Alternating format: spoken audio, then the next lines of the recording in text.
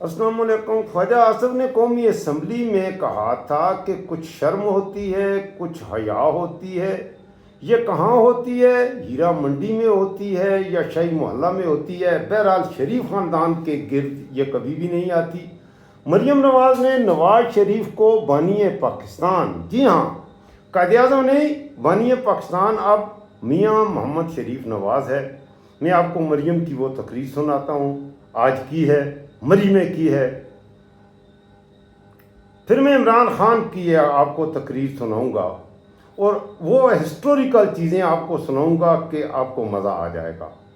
آپ کا اپنا ڈیجیٹل پلیٹ فارم، آپ کا چینل، میں آپ کا اپنا طارق خان کشتیاں جلا کر آپ کی خدمت میں حاضر ہوتا ہوں. آپ سے شروع میں یہ گزارش ہوگی کہ بہت ہی خاص ولاگ ہوگا، اس ولاگ کو مکمل دیکھیے گا اور اگر آپ کو پسند آئے، یقیناً آپ کو پسند آئے گا، تو اپنے دوستوں کے ساتھ ضرور شیئر کیجیے گا. چینل کو سبسکرائب کریں اور میری یوٹیوب فیملی کا حصہ بنیں. ذرا سنیں مریم نواز کیا کہہ رہی ہے. جدید پاکستان کا ایک بانی ہے اور اس کا نام ہے نواز شریف. اللہ تعالیٰ ان کو لمبی زندگی سے دے، صحت دے، تاکہ وہ ہماری رہنمائی کر سکے، تاکہ وہ خود اپنی چیزوں کو، اپنی حکومتوں کو مانیٹر کر سکیں. اور اسی طرح پرائم منسٹر، میں یہ آپ کو بتانا چاہتی ہوں اور آپ کو یہ ذرا دوبارہ سنیں، یہ آج مری میں تقریر کی ہے. کہ صرف اس کو امپلیمنٹ کر دیں تو آپ دیکھیں کہ آزاد کشمیر میں کتنی بڑی چینج آئے گی. جدید پاکستان کا ایک بانی ہے اور اس کا نام ہے نواز شریف. اللہ تعالیٰ ان کو لمبی زندگی سے دے، صحت دے، تاکہ وہ ہماری رہنمائی کر سکے، تاکہ وہ خود اپنی چیزوں کو، اپنی حکومتوں کو مانیٹر کر سکیں. اور اسی طرح پرائم منسٹر، میں یہ آپ کو بتانا چاہتی ہوں اور آپ کو یہاں پر آج ایک خراج تحسین پیش کرنا چاہتی ہوں کہ پنجاب کے اندر میں جو کام اٹھاتی ہوں. کشمیر کے الیکشن کے حوالے سے بات کر رہی ہے. مری میں 3000 کنال زمین 600 روپے کنال کے حساب سے خریدی ہے. وہاں پر ان کا مال ہے، وہاں پر اس کے ساتھ سوردیاں نسلاں تے بقول خادم رضوی کے سوردیاں نسلاں تے خنزیر دیاں نسلاں تے کھوتے دے پتر تالیاں بجا رہے ہیں اور یہ کہہ رہی ہے کہ نواز شریف پاکستان کا وزیر اعظم ہے. شرم ہوتی ہے یا حیا ہوتی ہے؟ یہ کہاں ہوتی ہے؟ مریم کے پاس سے چھو کر بھی نہیں گزرتی.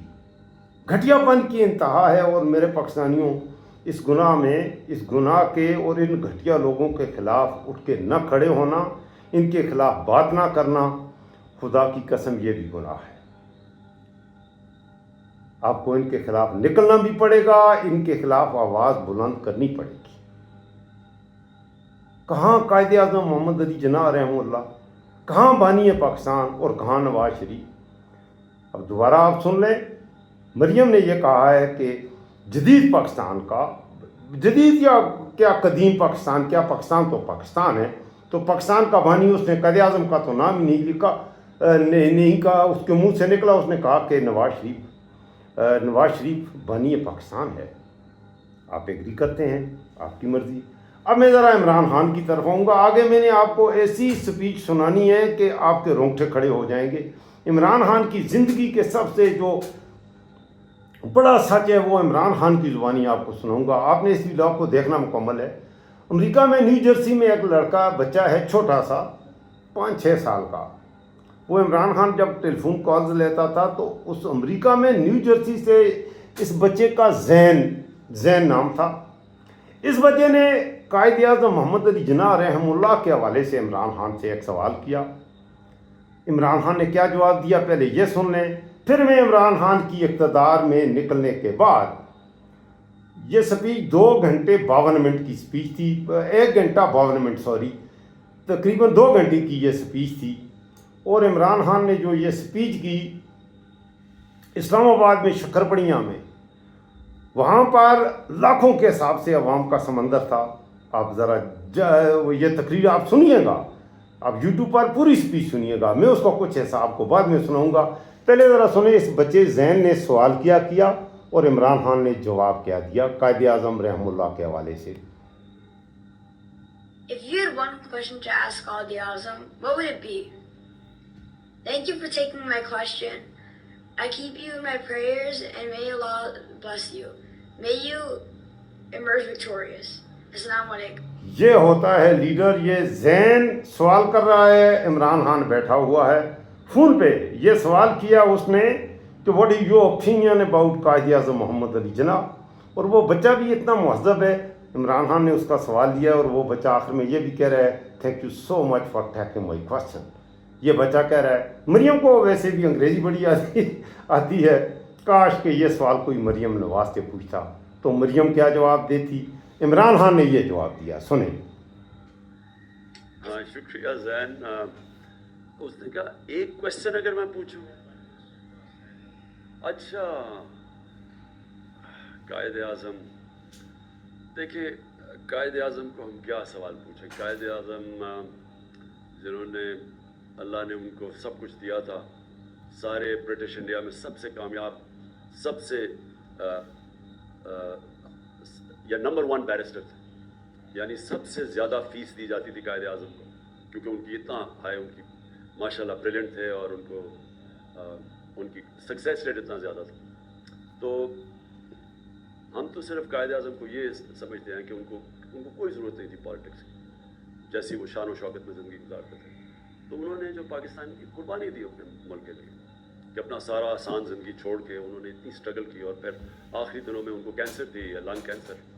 تو وہ لنگ کینسر کے دوران انہوں نے جس طرح کی محنت کی، اور حالات ان کی صحت ٹھیک نہیں تھی، چھپایا رکھا، بتایا کسی کو نہیں کہ کتنی بری بیماری تھی، اور وہ ان کے پاس زیادہ دن زندہ رہنے کے نہیں تھے. وہ بھی چھپایا اس لیے کہ اگر ان کے مخالفین کو پتہ چل جاتا تو انہوں نے صرف ڈیلے کرنا تھا اور ہو سکتا ہے پاکستان نہ بنتا.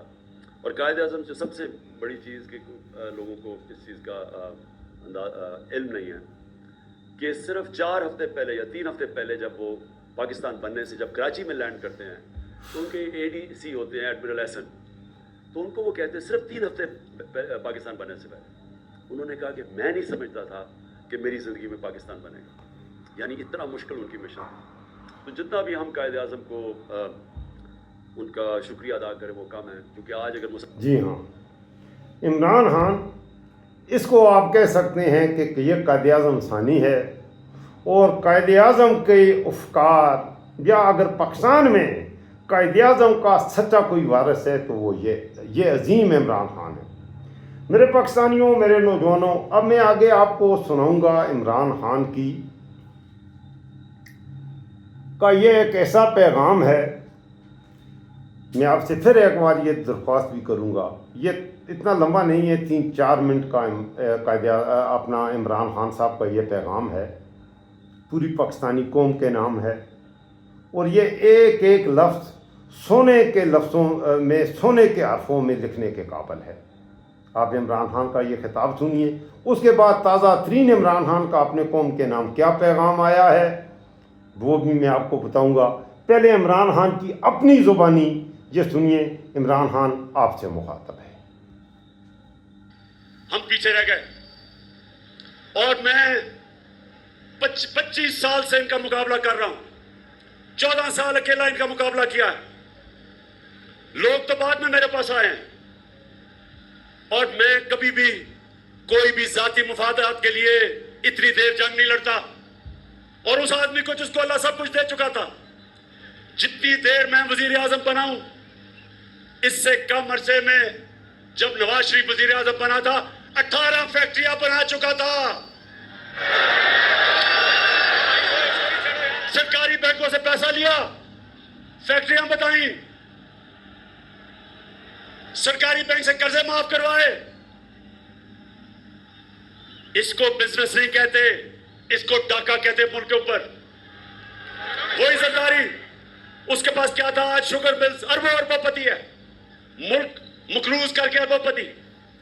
تو میرا ان سے کوئی ذاتی لڑائی نہیں ہے. میں وہ پاکستانی ہوں.